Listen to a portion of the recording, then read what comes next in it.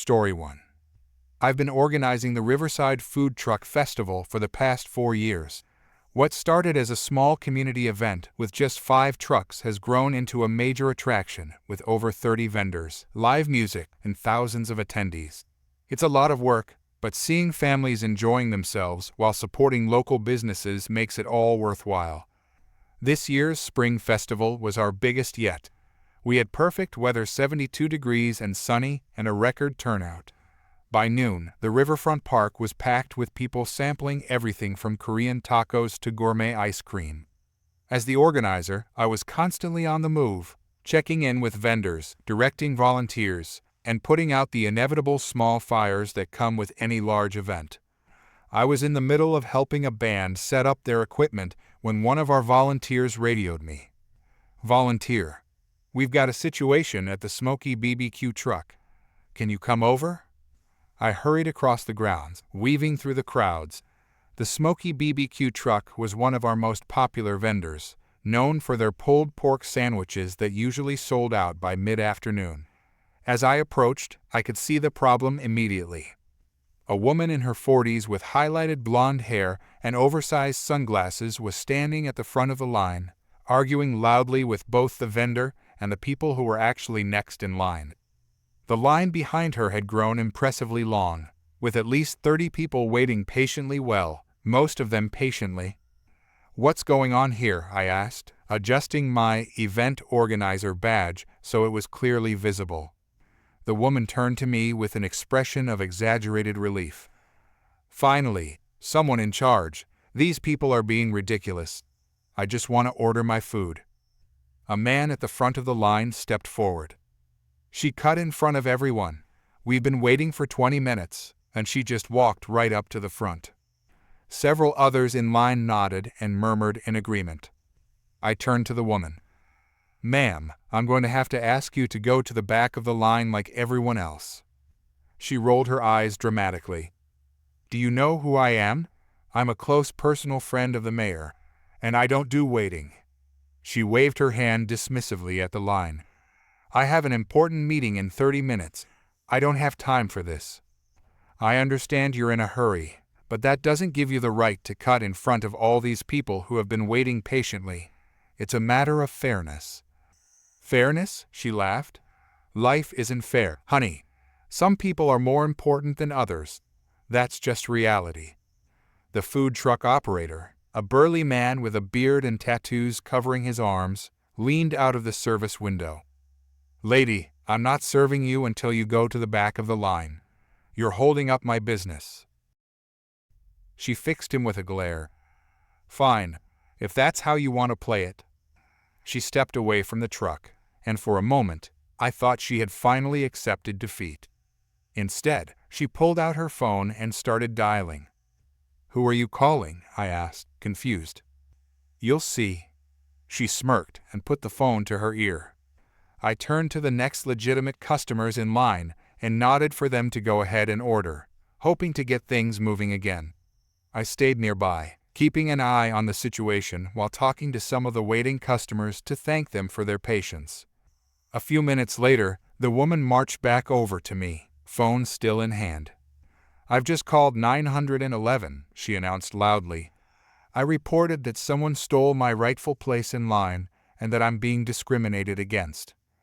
I stared at her in disbelief.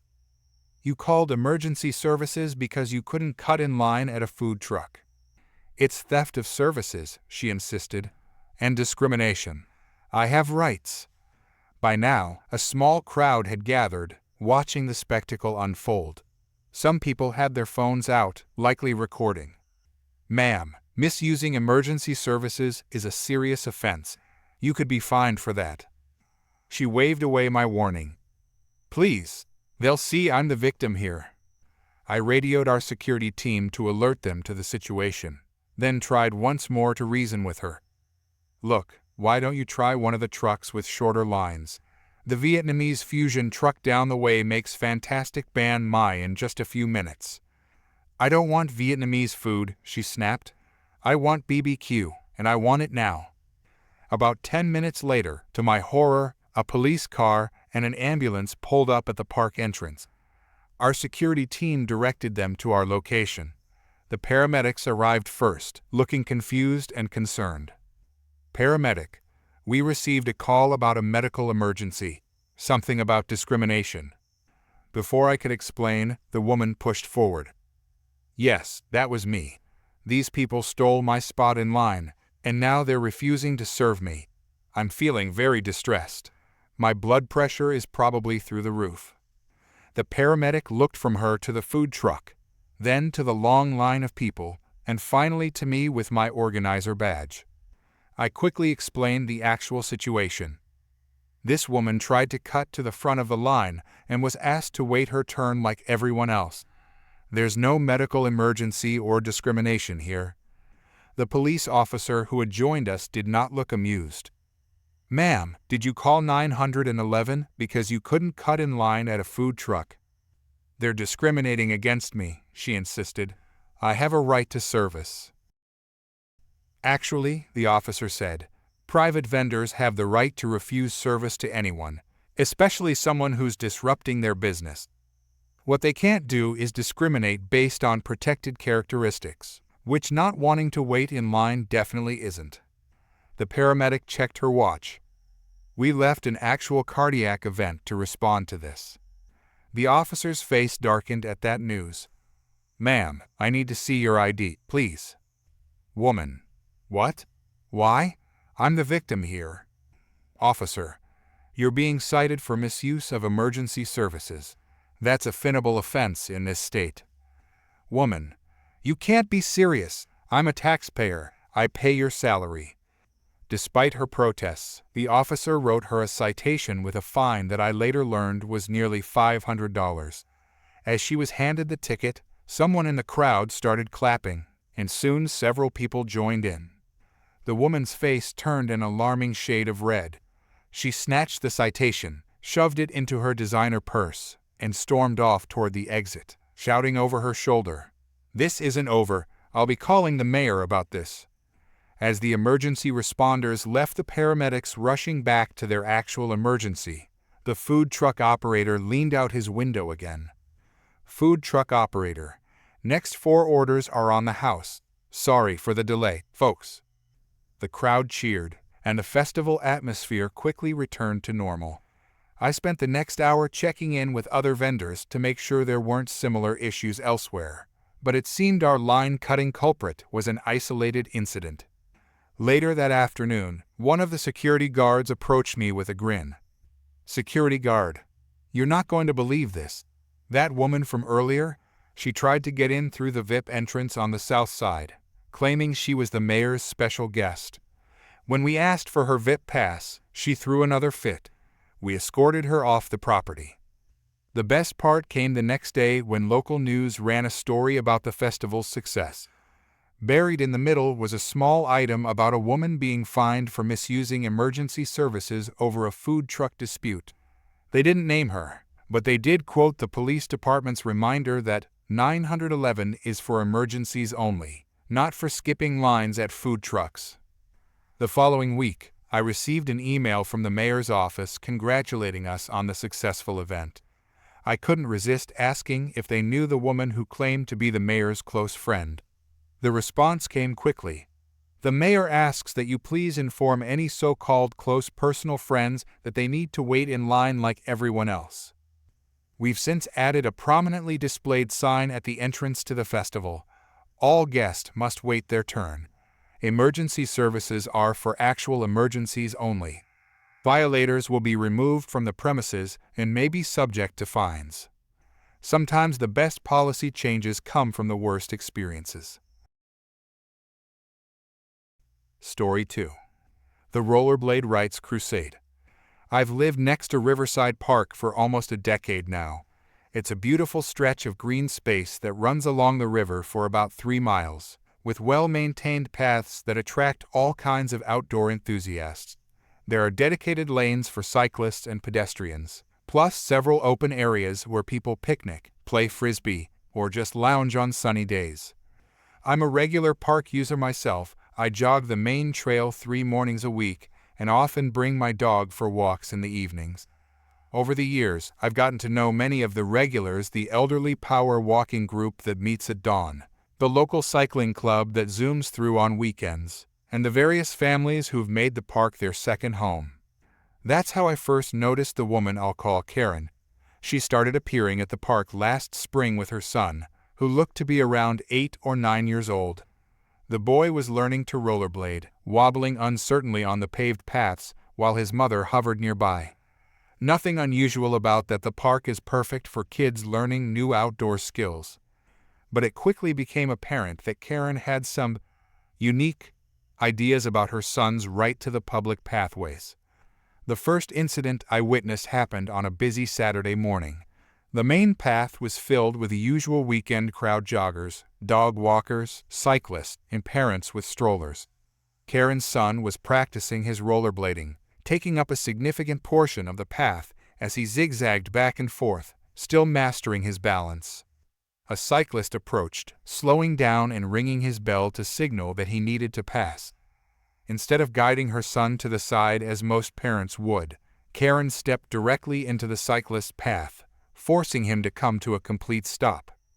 "Karen, excuse me, can't you see my son is learning here?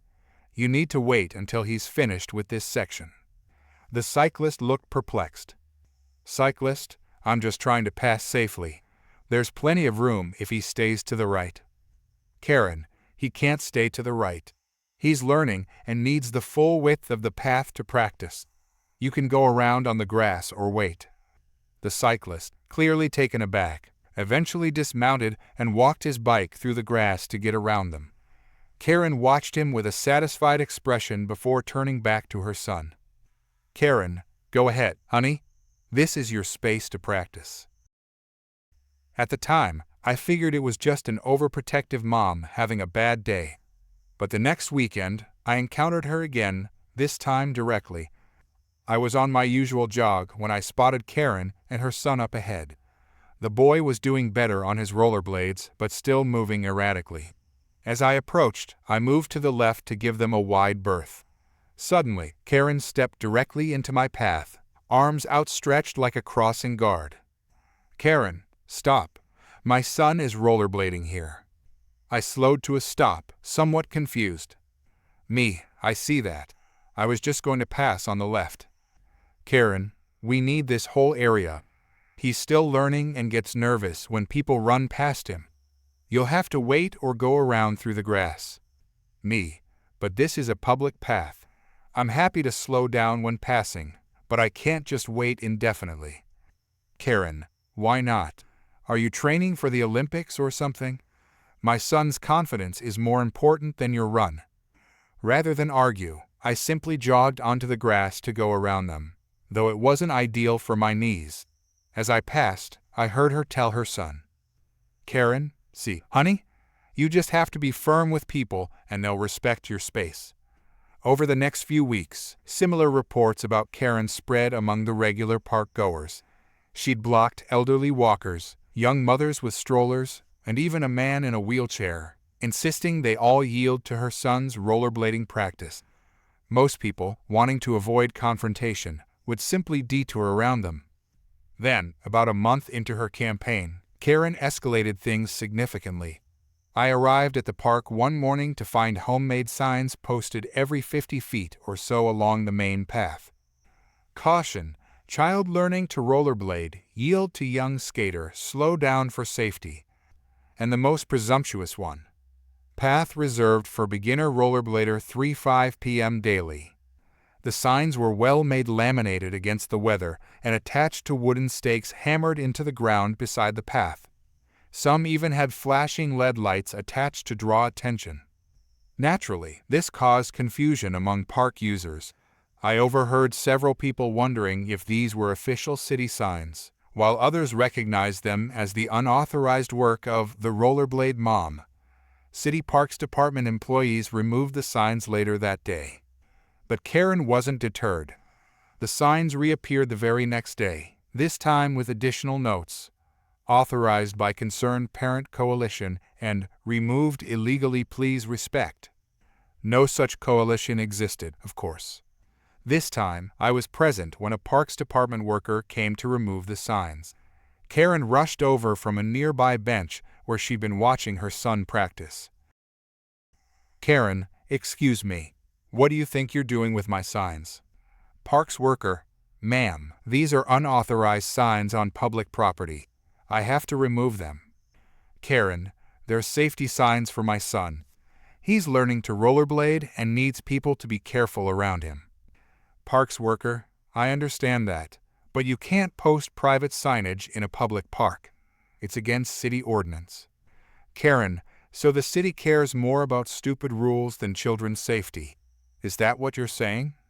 Parks worker, the park already has safety rules that everyone needs to follow. Cyclists should yield to pedestrians, everyone should stay to the right, and parents should supervise their children. Your son is welcome to practice here, but you can't reserve the path or post unauthorized signs. Karen, I want to speak to your supervisor. This is discrimination against children learning new skills. The worker sighed, clearly having dealt with similar situations before, and radioed his supervisor. Meanwhile, Karen stood guard over her remaining signs, arms crossed defiantly. When the supervisor arrived, he patiently explained the same rules, but added that Karen would be issued a fine for unauthorized posting of signs in the park. Karen responded by filming him with her phone and threatening to make this go viral. Karen, the internet will see how this city treats concerned mothers. Just wait until the mommy bloggers hear about this. The supervisor remained calm, issued the citation, and his team removed all the remaining signs. Karen stormed off, pulling her confused son behind her. I thought that might be the end of it, but I underestimated Karen's determination. The signs returned the very next weekend, now with additional warnings: city hates children and safety over bureaucracy. This time, Karen had gone a step further. She'd used some kind of industrial-strength adhesive to attach some signs directly to the pavement. The city's response escalated as well. A police officer accompanied the Parks Department workers, and Karen received a second, larger fine. The officer explained that continuing to post unauthorized signs could result in misdemeanor charges for vandalism, and that the adhesive had damaged public property. Karen, this is harassment. I'm just trying to protect my child. Officer, ma'am, there are appropriate ways to advocate for changes in the park. You can attend city council meetings, petition the Parks Department, or apply for a special event permit if you want to organize a skating lesson. But you cannot post unauthorized signs or modify public property. Karen, so I'm supposed to let my son practice with cyclists zooming past him at 30 miles per hour. What kind of mother would that make me? Officer, if you feel the current path system isn't safe for your son's activities, there's a skate park 2 miles north that's specifically designed for skaters of all levels. Karen, that's too far away, and it's full of teenagers doing tricks. This path is perfect, and it's right near our house. Despite the warning, the signs appeared again the following week. This time, Karen had enlisted a few other parents from her son's school to help her monitor the path during what she called designated rollerblade hours. They attempted to form human chains across the path when cyclists or joggers approached, insisting everyone stop or detour into the grass. That was when the city ran out of patience. Police officers arrived while Karen and her recruits were in the midst of blocking a group of cyclists. She was issued a ticket for obstruction of a public right-of-way and another for vandalism related to the signs she glued to the pavement. The officers informed her that any further incidents would result in her being banned from the park entirely. The confrontation was captured on video by several bystanders and quickly made its way onto neighborhood social media groups. Public opinion was overwhelmingly against Karen, with most commenters pointing out that learning to navigate shared spaces safely was an important skill for her son to develop. For about 2 weeks, Karen and her son disappeared from the park. Then, to everyone's surprise, they returned, but with a completely different approach. Karen had enrolled her son in proper rollerblading lessons with an instructor who taught at the park's open pavilion area, well away from the main path. The boy was now wearing full safety gear and learning proper technique and etiquette for shared paths. I happened to pass them during one of these lessons and overheard the instructor explaining to the boy. "Instructor, remember, on public paths, everyone has equal right to be there. We always stay to the right, signal before we turn, and yield to pedestrians. That's how we all stay safe together." The boy was nodding seriously, seeming to absorb these rules in a way his mother's approach had never accomplished. Later that week, I encountered Karen at the park cafe. She looked a bit embarrassed when she saw me, clearly recognizing me from our previous interaction. "Karen, I suppose you think I was being ridiculous before." "Me, I think you were very concerned about your son's safety." "Karen." The rollerblade instructor said something that actually made sense to me. He said that by trying to control the entire environment, I was teaching my son that he couldn't adapt to different situations. Apparently, that's the opposite of what makes a good skater. She paused, fiddling with her coffee cup. "Karen, also, those fines added up to over $500, and my husband wasn't exactly thrilled about that." I couldn't help but laugh, and after a moment, she chuckled too. "Karen, I'm still planning to propose some designated beginner hours at the City Council meeting next month, but I'm going through the proper channels this time." The parks director actually agreed to meet with me. It was a surprisingly reasonable resolution to what had seemed like an intractable situation. Karen's son continued his lessons, and within a few months, he was confidently navigating the main path, staying to the right and yielding appropriately to other users. The only remaining evidence of Karen's rollerblade rights crusade is a faint outline on the pavement where parks workers had to use solvent to remove her glued signs, and an updated section in the park rules specifically prohibiting unauthorized signage and path reservations. Sometimes, when I jog past that faded outline, I smile to myself, remembering how one determined mother's misguided crusade ultimately led to her son learning an important lesson about sharing public spaces, though perhaps not in the way she had originally intended. Story 3. I never thought I'd become internet famous because of my farmer's market stall, but life is full of surprises. 3 years ago, I quit my office job to follow my passion for baking. The corporate world had drained my soul for too long, and I couldn't take another day of fluorescent lighting and passive-aggressive emails. My grandmother had taught me how to bake when I was just a kid. We spent countless weekends mixing dough and decorating cookies. When she passed away, she left me her recipe book filled with handwritten notes and family secrets. Those recipes became my escape during stressful work weeks, and eventually, my ticket to freedom. Starting a small bakery business wasn't easy. I converted half my apartment into a baking space, woke up at 4 a.m. to prepare fresh goods, and spent my weekends at the local farmer's market. The first few months were tough, barely breaking even, questioning my decision, and missing the security of a regular paycheck. But slowly, I built a loyal customer base who appreciated my traditional recipes with modern twists. That's how I ended up with a regular stall at the Sunday farmers market downtown. My neighbors were other small business owners, the fruit lady who grew everything herself on a small farm outside town, the cheese guy who made the most amazing goat cheese, and the coffee roaster whose espresso kept us all functioning during the early morning setup. We formed a tight community, helping each other out and watching each other's stalls during bathroom breaks. That's why when the incident happened, it wasn't just about me, it was about all of us. It was a busy Sunday morning in early summer. The market was packed with people enjoying the perfect weather, and my cinnamon rolls had already sold out. I was rearranging my display of lemon bars when I noticed her. A woman in her mid-40s with an expensive-looking handbag and oversized sunglasses was moving systematically from stall to stall. At first, I didn't think much of it, just another customer browsing around. But then I noticed something odd. She wasn't just looking, she was eating. A lot. At the fruit stall, she picked up a strawberry and popped it in her mouth. Then another, and another. The fruit lady was busy with other customers and didn't notice. The woman then moved to the cheese stall, sampling multiple pieces without buying anything. By the time she reached my stall, she had a small basket filled with various items from around the market, none of which seemed to be paid for. I watched as she approached my display of mini fruit tarts. Me, hi there, can I help you find something specific today? She barely glanced at me, picking up one of my apple turnovers. Woman, I need to try this. Quality check. She took a big bite before I could respond, then made an exaggerated thinking face.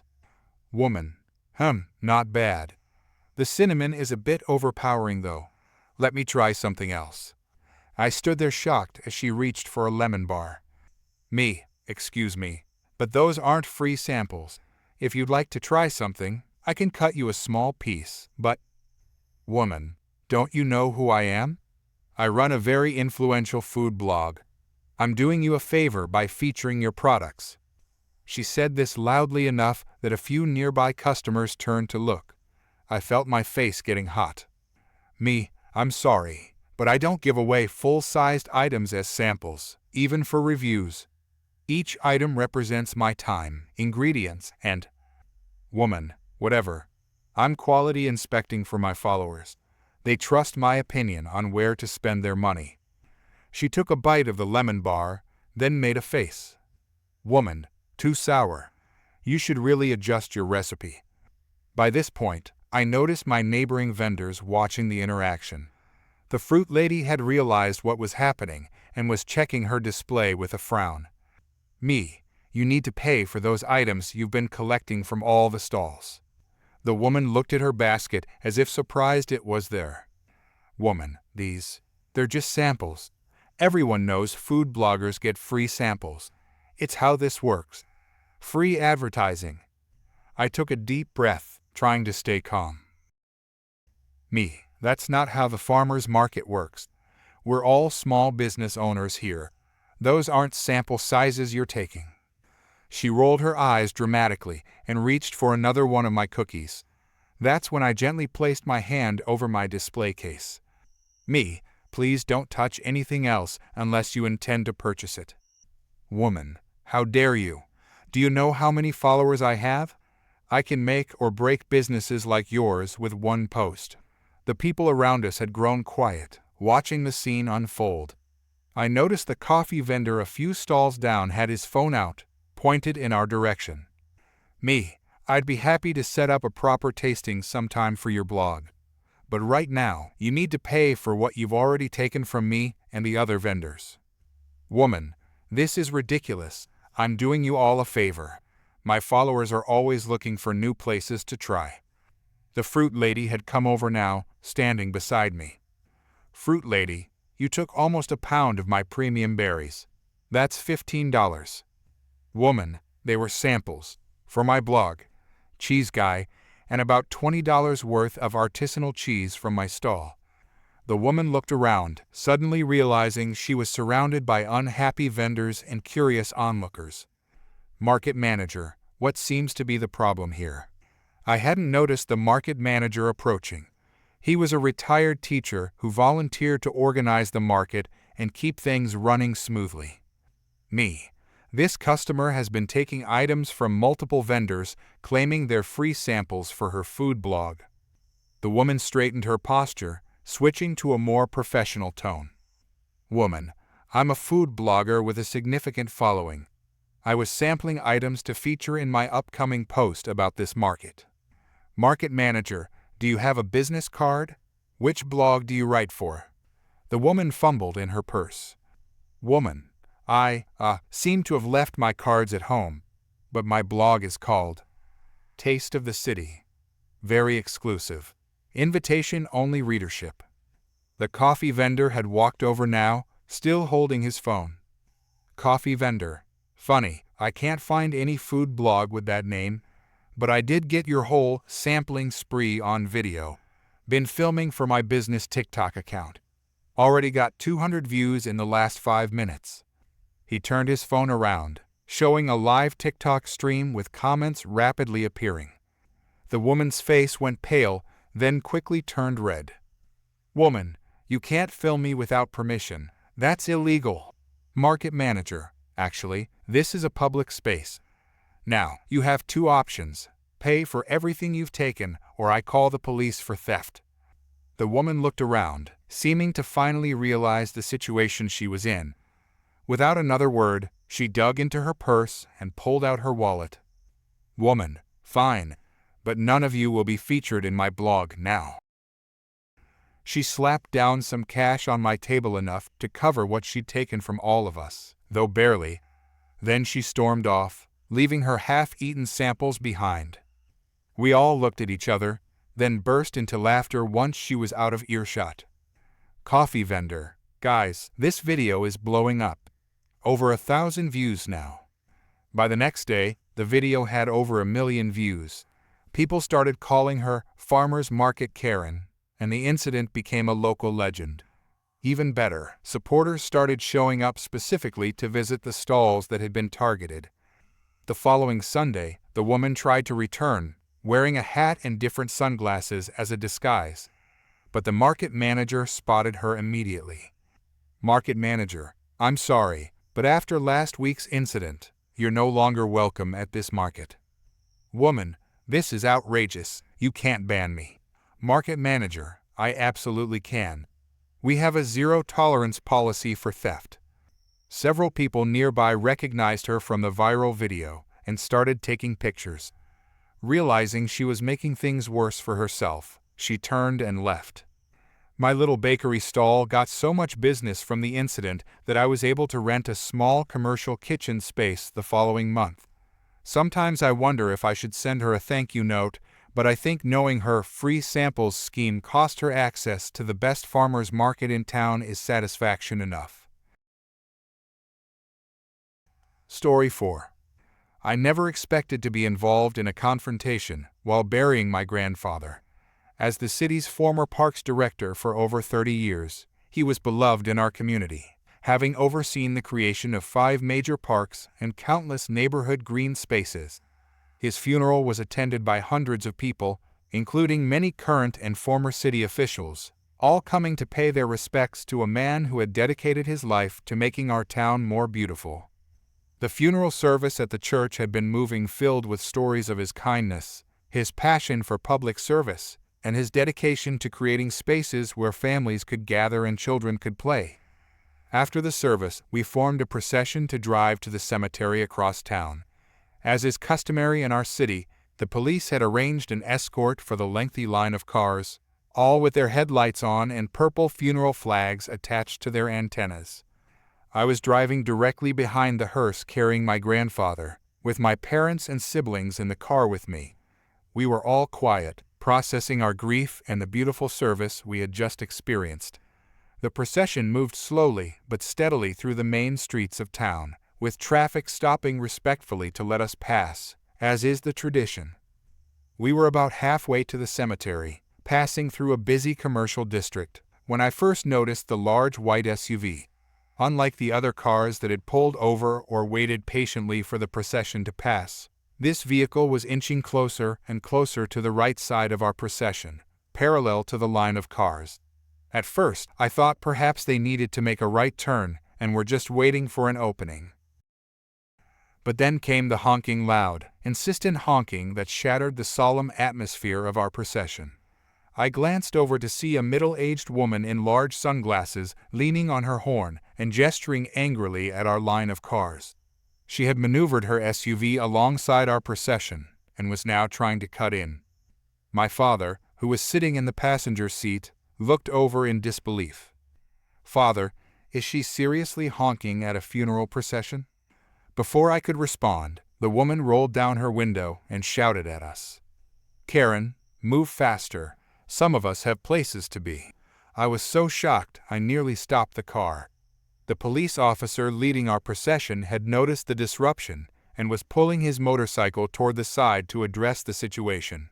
But before he could reach her, she swerved her SUV directly in front of the car behind me, forcing her way into the middle of our procession.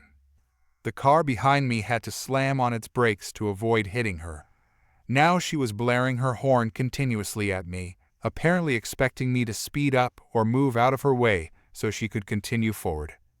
I can't believe this is happening. My mother was in tears in the back seat, this ugly incident compounding her grief. I maintained my speed and position behind the hearse, trying to ignore the continuing honks from behind me. At the next red light, the police officer who had been leading the procession pulled up alongside the woman's SUV and motioned for her to roll down her window. I couldn't hear their exchange, but I could see in my rearview mirror that she was gesturing animatedly and appeared to be arguing with him. When the light turned green, instead of falling back or exiting the procession, she continued to follow directly behind me, occasionally tapping her horn as if to hurry me along. We were only about 5 minutes from the cemetery at this point. As we turned into the cemetery gates, the cars parked in the designated area, and family members began to assemble for the graveside service. To everyone's astonishment, the white SUV followed us into the cemetery and parked haphazardly across 2 spaces near the gravesite. The woman emerged from her vehicle, checking her watch impatiently. My uncle, a normally mild-mannered high school teacher, approached her before I could stop him.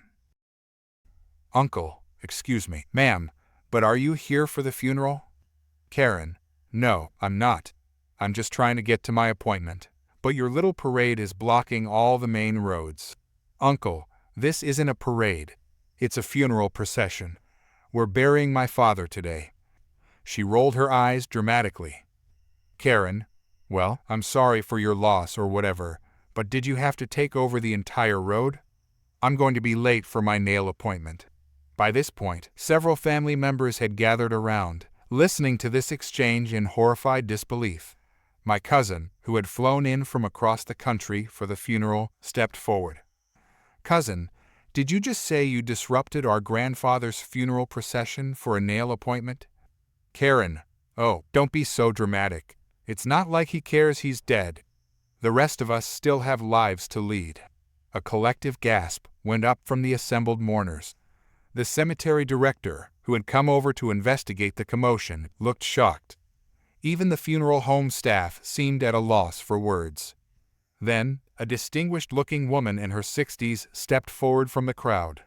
I recognized her as our city's deputy mayor, who had worked with my grandfather for decades and had spoken movingly at his service. "Deputy Mayor, ma'am, I don't think you understand the situation. You have deliberately disrupted a funeral procession, which is not only disrespectful, but also illegal in this state. You've followed the procession onto private cemetery property, and now you're harassing a grieving family." "Karen, illegal? That's ridiculous. It's a free country, and I have places to be. Who do you think you are anyway?" "Deputy Mayor, I'm Jane Thompson, the deputy mayor of this city, and you are causing a disturbance at the funeral of one of our most respected civic leaders." For the first time, the woman seemed slightly taken aback, perhaps realizing she was confronting someone with actual authority. But instead of apologizing, she doubled down. "Karen, well, Deputy Mayor, you should know that public roads are for everyone. You can't just block traffic for your personal events. Deputy Mayor, funeral processions have legal right-of-way in this state, as any licensed driver should know. Now, I'm going to have to ask you to leave so this family can bury their loved one in peace." "Karen, fine. This place is depressing anyway." She started to walk back to her SUV, but the deputy mayor wasn't finished. "Deputy Mayor, before you go, I'll need your name and contact information." "Karen, why would I give you that? So you can harass me more?" "Deputy Mayor, because I'm filing an official complaint, and the police officer who witnessed your disruption of the procession will be issuing citations. You can provide your information voluntarily now, or we can have the officer get it from your license plate and registration. Your choice." The woman's face flushed with anger, but something in the deputy mayor's calm determination must have gotten through to her. She fumbled in her purse for a business card and thrust it at the deputy mayor. "Karen, here, and you better not give that to anyone else. I don't need people calling me about this nonsense."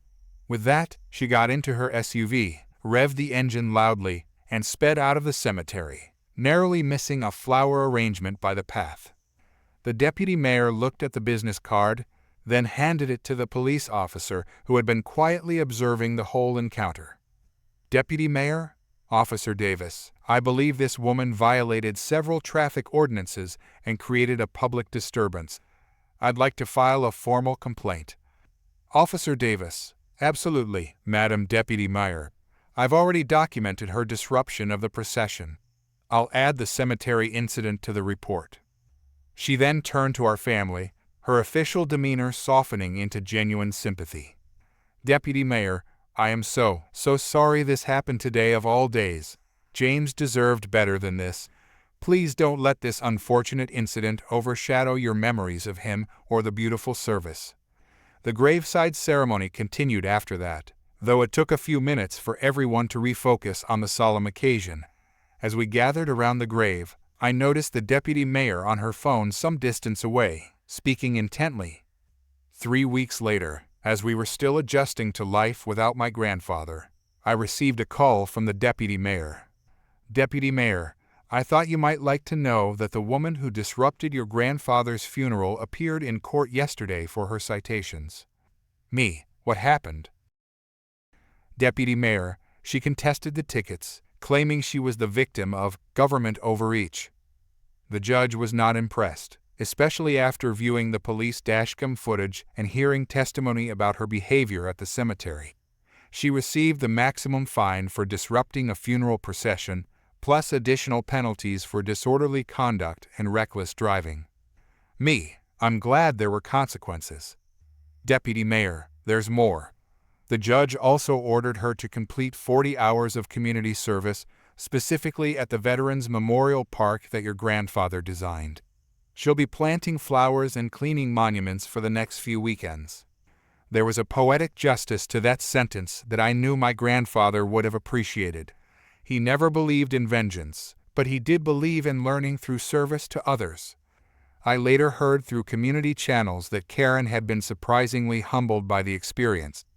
Apparently, while serving her community service hours, several veterans had shared stories with her about the importance of respecting funeral traditions and honoring those who have passed. Whether it made a lasting impression, I'll never know, but I like to think my grandfather's legacy touched her in some small way.